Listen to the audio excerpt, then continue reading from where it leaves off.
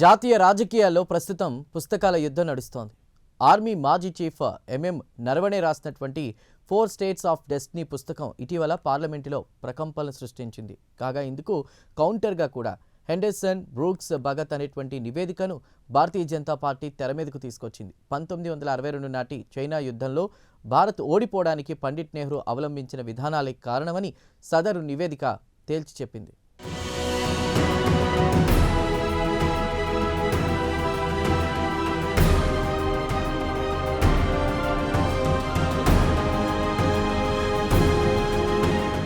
Henderson Brooks Bhagat ఈ నివేదిక తాజాగా తెరమీదికొచ్చింది. ఆర్మీ మాజీ చీఫ్ ఎంఎం నరవాణే పుస్తకం 4 స్టార్స్ ఆఫ్ డెస్టినీకి కౌంటర్గా హెండర్సన్ బ్రూక్స్ భగత్ నివేదికను భారతీయ జనతా పార్టీ తెరమీదికి తీసుకొచ్చింది. హెండర్సన్ నివేదికలోని అంశాలకు సంబంధించి పార్లమెంటరీ వ్యవహారాల మంత్రి కిరణ్ రిజిజు సంచలన వ్యాఖ్యలు చేశారు. 1962 నాటి భారత్ చైనా యుద్ధం నేపథ్యంలో అప్పటి సంగతులను హెండర్సన్ బ్రూక్స్ భగత్ నివేదిక వివరించింది. ప్రధానంగా అప్పటి ప్రధాని పండిట్ జవహర్లాల్ నెహ్రూ తప్పుడు నిర్ణయాల కారణంగానే చైనా యుద్ధంలో భారత్ ఘోర పరాజయానికి గురయ్యిందని సదరు హెండర్సన్ నివేదిక వెల్లడించినట్లు కేంద్ర మంత్రి కిరణ్ రిజిజు వెల్లడించారు.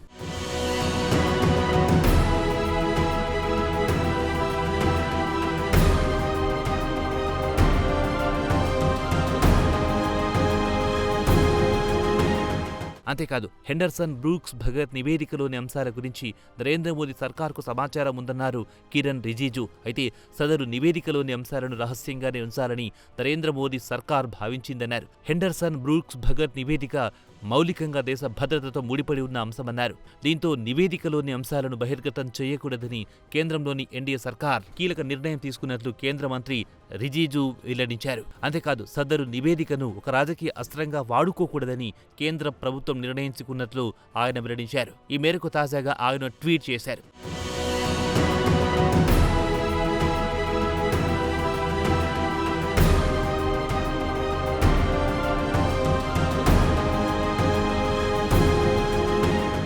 కాగా థామస్ బ్రియాన్ హెండర్సన్ బ్రూక్స్ 1909లో బర్మాలో జన్మించారు. 1929 నుంచి 1947 వరకు భారత్లోని బ్రిటిష్ ప్రభుత్వ సైన్యంలో అధికారిగా పనిచేశారు. అంతేకాదు 1964 వరకు భారత సైన్యానికి సేవలందించారు. కాగా 1962 నాటి భారత్ చైనా యుద్ధానికి సంబంధించి థామస్ బ్రియాన్ హెండర్సన్ బ్రూక్స్ అలాగే భారత ఆర్మీ బ్రిగేడియర్ పిఎస్ భగత్తో కూడిన ఒక దర్యాప్తు బృందం ఒక నివేదికను రూపొందించింది. కాగా ఇదే హెండర్సన్ బ్రూక్స్ భగత్ నివేదికగా పాపులర్ అయ్యింది.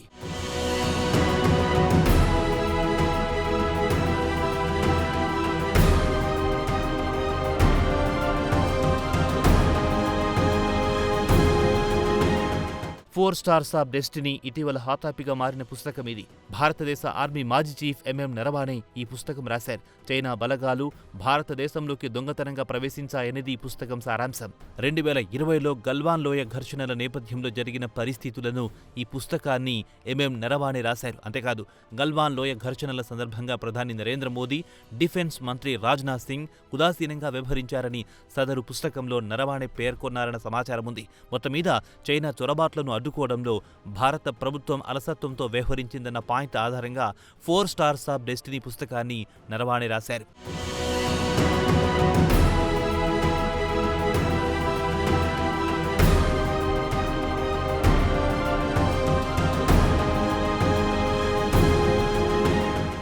అయితే ఆర్మీ మాజీ చీఫ్ ఎంఎం నరవాణే రాసిన 4 స్టార్స్ ఆఫ్ డెస్టినీ పుస్తకానికి డిఫెన్స్ మంత్రిత్వ శాఖ నుంచి క్లియరెన్స్ రాలేదు. దీంతో పుస్తకం ప్రచురణ కాలేదు. ఈ కారణంతో ఇప్పటి వరకు పుస్తకం మార్కెట్లోకి విడుదల కాలేదు. అయితే ప్రచురితం కాని పుస్తకంలోని అంశాలను ప్రస్తావించడానికి ఇటీవల లోక్సభలో అపోజిషన్ నాయకుడి హోదాలో రాహుల్ గాంధీ ప్రయత్నించారు. అయితే రాహుల్ గాంధీ ప్రయత్నాలను అధికార పార్టీ సభ్యులు అడ్డుకున్నారు. ప్రధానంగా హోంమంత్రి అమిత్ షా, డిఫెన్స్ మంత్రి రాజ్నాథ్ సింగ్ అడ్డుకున్నారు. అసలు ప్రచురితం కాని పుస్తకంలోని అంశాలను సభలో ఎలా ప్రస్తావిస్తారంటూ రాహుల్ గాంధీపై ఇద్దరు కేంద్ర మంత్రులు మండిపడ్డారు.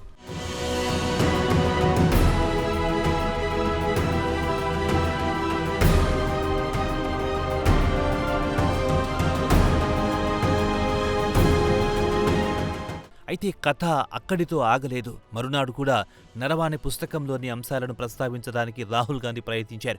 అయితే ఈసారి అధికార పార్టీ సభ్యుల నుంచి తీవ్ర స్థాయిలో వ్యతిరేకత వ్యక్తమైంది. కాగా దేశ భద్రతను దృష్టిలో ఉంచుకుని తాను నరవాణి పుస్తకంలోని అంశాలను ప్రస్తావించడానికి ప్రయత్నిస్తున్నట్లు రాహుల్ గాంధీ వెల్లడించారు. అయితే ఇందుకు అధికార పార్టీ సభ్యులు అంగీకరించలేదు. దీంతో లోక్సభలో అధికార, ఆపోజిషన్ పార్టీల మధ్య తీవ్ర వాగ్వాదం చెలరేగింది. సభలో గందరగోళ పరిస్థితులు నెలకొన్నాయి. ఒక దశలో సభలో ఏం జరుగుతుందో తెలియలేదు.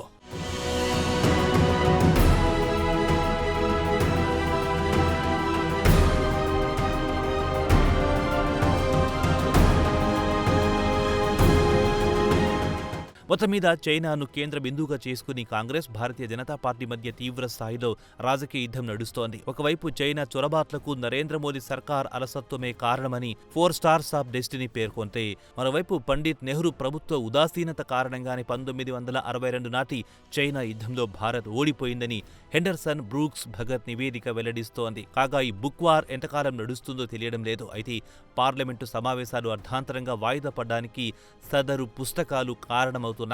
ఏదేమైనా కాంగ్రెస్, బీజేపీల బుక్ వార్ జాతీయ రాజకీయాల్లో ప్రకంపనలు సృష్టిస్తోంది.